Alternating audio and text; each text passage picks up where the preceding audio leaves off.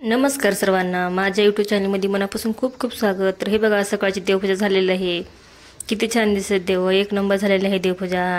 अगदी मन प्रसन्न झाले देवपूजा पाहून, स्वामी समर्थाचा फोटो पाहून.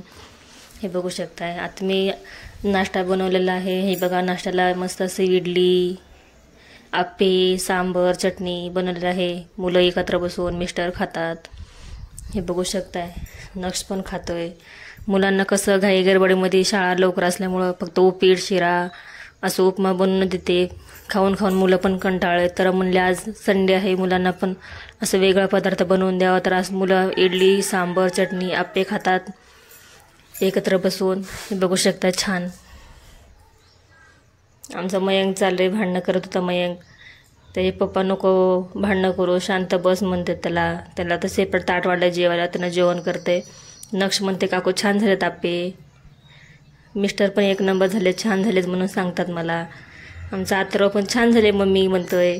हे बघू शकताय. मस्त असं एकत्र बसून सगळेजण नाश्ता करतात. हे बघा, त्यांचं चालेल नाश्ता करणं मुलांचं. त्यांचं मिस्टरांना पण जायचं असते कामावर, गाडीवर लवकर जायचं असते.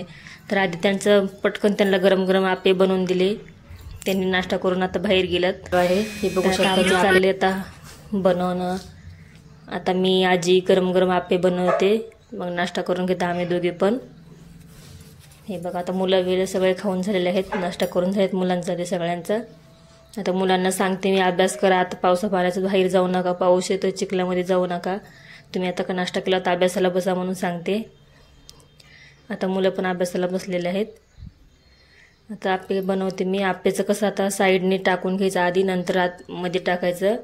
कारण का साईडने टाकायचं का म्हणजे भांडं लवकर गरम होत नाही. साईडने एकदम मध्ये टाकलं का आप्पे करपतात. मधलं भांडं कसं एकदम गरम होतं. आधी साईडने टाकत मग आतमध्ये ते मधल्या भांड्यामध्ये टाकायचं. 3 असतात बघा, त्याच्यामध्ये टाकायचं. आता झाकण ठेवलेलं आहे.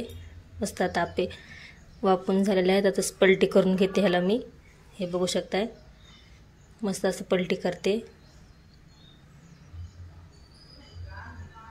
हे बघू शकताय. किती छान दिसत, छान भाजलेत खरपूस. हे बघा, पलटी करून झालेलं आहे. मुलांचा मिस्टरांचा मध्ये मध्ये आवाज पण येतोय बोलायचा, कारण का त्यांना अभ्यास घेतात, मुलांना अभ्यास करायला सांगतात.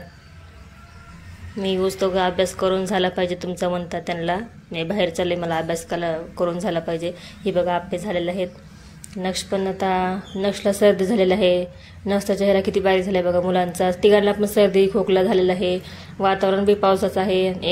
एकाचा वास पडून एकमेकाला सर्दी खोकला झालेला आहे घरामध्ये. तर नक्षाच्या तोंडाला काहीच गोड लागत नव्हतं. मग मला म्हणलं काकू मला पोहे बनवून द्या म्हणून नाश्त्याला त्याला पोहे केलेले आहेत. औषध वगैरे पाजून मग झोपला होता दुपारच्या वेळेला. मग 4-5 वाजता उठून मला मग नाश्त्याला पोहे बनवून द्या म्हणताना पोहे बनवून दिलेत. छान झालेत म्हणला, खातेत.